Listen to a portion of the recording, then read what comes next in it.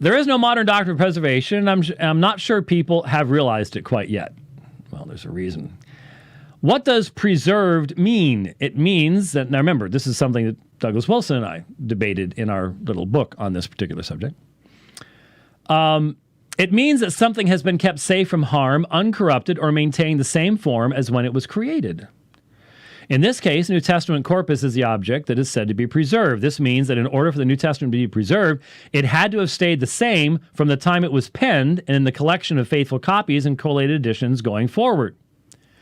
That does not mean that every copy or collation is faithful to the text that God inspired or preserved.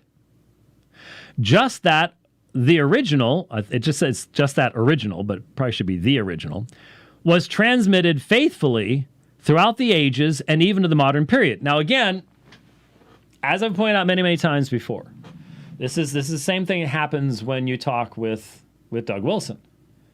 On the one hand, I want my text, if we're going to talk about inerrancy, I want my text to be inerrant. Okay, and so which one is inerrant? And he actually said, that one.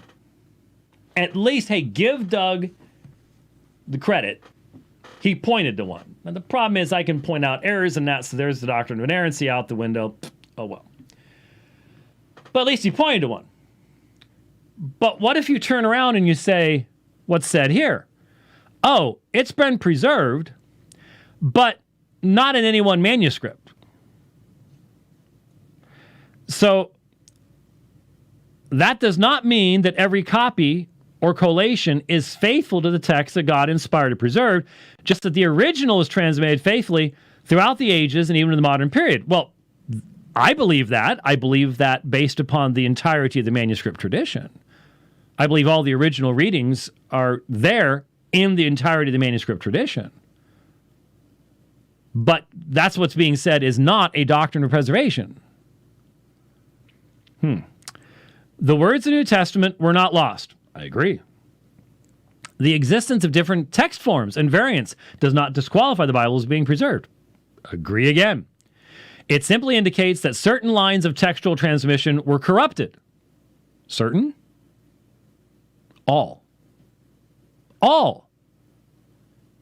You cannot find two Byzantine manuscripts that are identical with one another. It's worse in some books, better in others, but all lines experienced the technical term corruption. There are textual variants in all of them. And even within faithful manuscripts, there were variants introduced into the text. Yep, that's why you need textual criticism. All the time. Always. There is no mistake that the manuscript tradition tells a complex story full of many scribal errors and corruptions. And it does, as does the Byzantine manuscript tradition as well. In order for a text to be preserved in light of textual variants introduced by scribal errors and corruptions, there is one process. Okay, here we go, folks. Here we go. I'm not going to respond to the whole thing because half the audience is zoning out. When Rich starts zoning out, we're all zoning out. I get it. Okay. He's like, what? What, me? No, I'm listening carefully. But this is important. I realize that most of you will never know that it's important until you see it causing problems.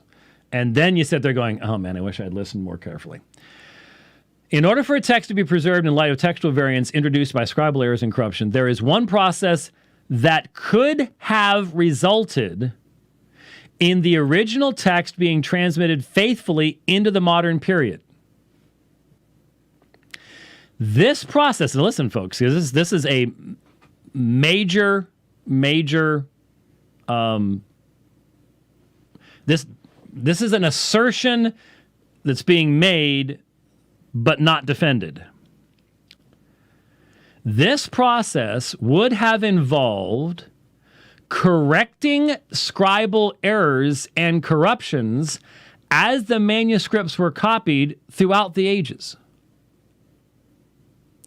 This can be observed in surviving manuscripts by the existence of corrections by various scribes, as well as the increased uniformity of texts going into the middle period though not perfect uniformity. In order to believe that the text of the New Testament has been preserved, one has to say that the effort of the scribes was successful in every generation of copying. If the text has been preserved, one would expect the text to become increasingly uniform over time as the number of copyists increased along with the number of Christians. Now, that is an entire assertion of a methodology that was not believed in by a single editor of the New Testament in the 16th century. Not a single one. None of them believed that. Where did Erasmus say that? Here we go. Here you go, Taylor. 1,000 pages. Where's Erasmus say that? We've already seen where they said the exact opposite. Those careless scribes, they misread this and they misread. It should have been this, and the Latin's better. This is called making up theories because of a simple fact. And the fact is, there is no possible way to create a textual critical methodology, apply it to today's manuscripts, and come up with the Textus Receptus. That is a fact they cannot get around. They sit and spin, they jump, do jumping jacks, they can get charismatic. It doesn't matter. They can't get around that reality. It's a fact. So you got to come up with some other way. Some other way. So now we have the idea that, well, what the scribes were doing is that there is a long process of the scribes correcting the text. Well, okay, how does that work? Because plainly we see scribes making some major errors that end up being Byzantine majority readings. So is this a providential thing? Are the which ones of the scribes are providentially being guided to correct the text? Why are they needing to correct it if the Byzantine is the primitive text? Because see, the Byzantine text is longer than the earlier text. There is a growth in the text.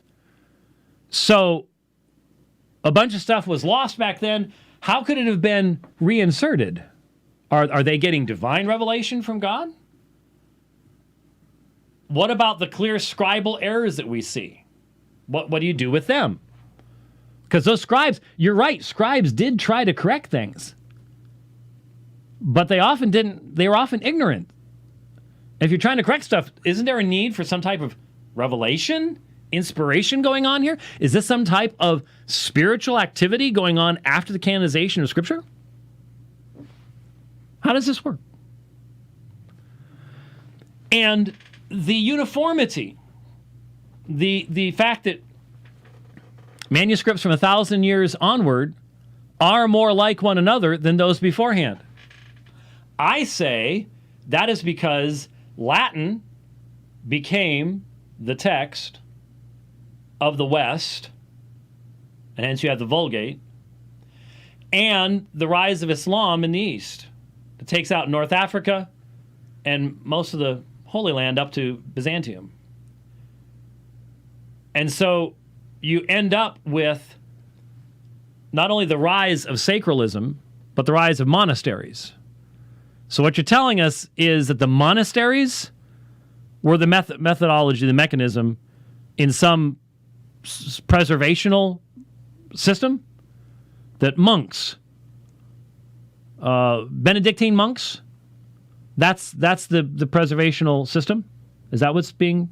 It's not because of what happened historically. It's because of the monks. Okay. Due to the heavy persecution of Christians in the early church, alongside the fragility of stationery, the early manuscript evidence of the New Testament is sparse. Well, in comparison to what? In comparison to how many manuscripts we have from 1,000 years later? Well, okay. All of the extant early manuscripts generally represent a different text form than what survived in the later textual tradition and are generally agreed to have originated in one locality. Really? So the fact that CBGM, in its application to the New Testament right now, is favoring Byzantine readings, that goes against your entire theory. Not only that, but CBGM demonstrates that as far as the bulk text is concerned, the early manuscripts are 98% of what the later manuscripts are. So, might want to emphasize that. And while Egypt is a great place to preserve manuscripts, meteorologically speaking, how do you know they all originated there? Because Alexandria especially was a place of massive correspondence and trade, and a lot of those manuscripts could have originated from many different places. Caesarea, all sorts of places.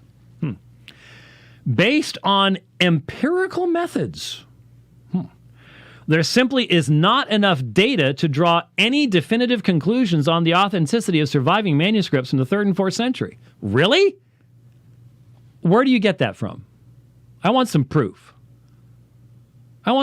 Taylor. I was doing a whole series. I might pick it up again someday. I was doing a whole series preaching through P45. That's from around 220. What do you mean, based on empirical methods, there is simply not enough data to draw any definitive conclusions on the authenticity of surviving manuscripts from the 3rd and 4th century? I want to know where you get that. It would be more definitive if the earliest manuscripts agreed in more places, but even the early surviving witnesses in the New Testament are massively divided. Really? 98% the same text is massively divided? Where are you getting this stuff? Where are you pulling this stuff? There's no notes. It's just, believe me. Okay. And your PhD in textual criticism is from where? Because, I mean, if you're just going to make this kind of assertion, then you need to be able to back it up. And on this program, we've put up on the screen. Here's CBGM. There's stuff. You can go right now. You can go right now for the book of Acts and pull up data charts, massive amounts of information behind the ECM of Acts from the CBGM work at Munster that will demonstrate that the early text and the later text, they're all that's all one New Testament. That's all one New Testament. Anyway, I'm sorry. I said I was going to. Here's something I marked that I wanted to get to.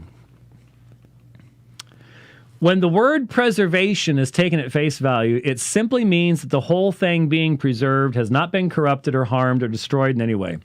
It does not mean that every single manuscript, even one manuscript, has been kept without error. It means that in every generation, the original text has survived in the approved manuscripts that the people of God have relied on for all matters of faith and practice. It means that scribal errors were corrected and that manuscripts of poor quality were retired or destroyed. There is not a scintilla of evidence that the church as a whole has ever said this manuscript and not that one. Prove me wrong. Prove me wrong. I mean, I can show you where the church made the Vulgate the standard and threatened anybody who used anything else. I can find that. But you and I don't believe that. Well, at least I can speak for myself. I don't know where you've gone. You're adopting stuff that's very different. I don't know. But I would assume that you don't accept the authority of the Pope or the Council of Trent. And so where has the church, this approved manuscripts the people of God have relied on for all matters of faith and practice? That sounds so elevating. It's just a myth. It's a myth. Prove it. Document it. Show me where they said, this is the approved manuscript, that's the unapproved manuscript. Who was it? Who said it? When? What information do they have access to? Otherwise, just admit, I'm just putting this stuff out here because. Yeah. So, there you go.